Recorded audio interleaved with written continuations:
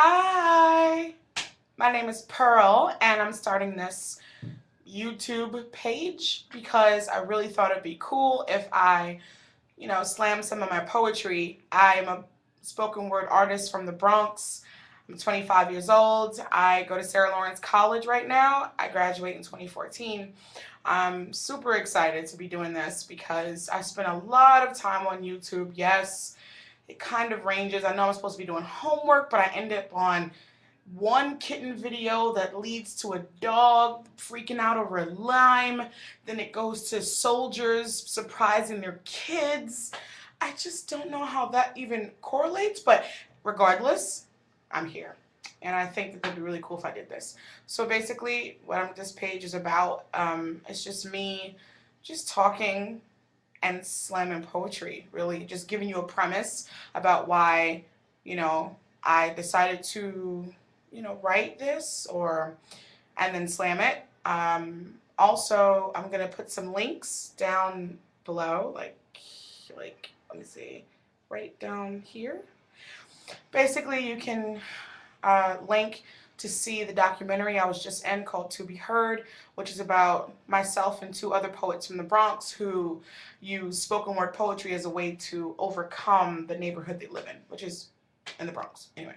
And also I have a Facebook page and also a Twitter that I don't use, so don't go on it because it's really sad.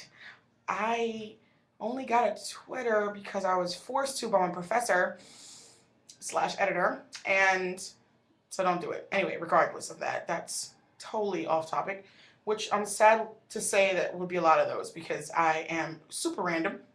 So, besides that, I am super excited to do this, and so here goes. I want to just jump right into it and do my first piece. This piece is called War Drums. Play our war drums. Allow the beats of this body, these bones, to cover bruises held like second skin from wars that lay out blueprints imprinted in between our hips. Brown skin hold black and blues like lost identities, and society says, I wanted it. Stigmas are injected into flesh, leaving us paralyzed and sensitive, slowly tracing our roots on a rotting family tree. So while we lick our wounds, we find security in words that are crumpled in fists, under feet, and on the backs of hands. Who plans to hide from the big bad wolf?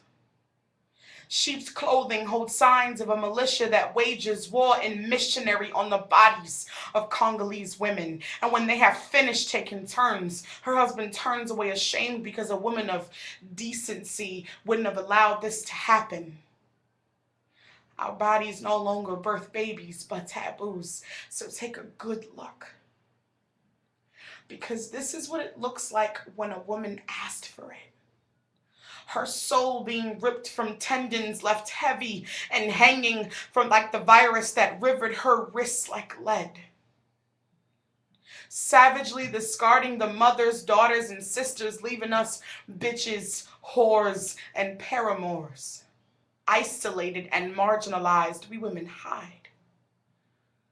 You see, but you can't sweep the generations of women under your rug. The bodies are beginning to smell her beauty, left dribbling off of swollen lips, her intelligence, left on blank white pieces of paper with red ink labeled positive. We are tested, placed in boxes labeled double standard, and told to act like ladies. So for your sake, I hope I remind you of your mother.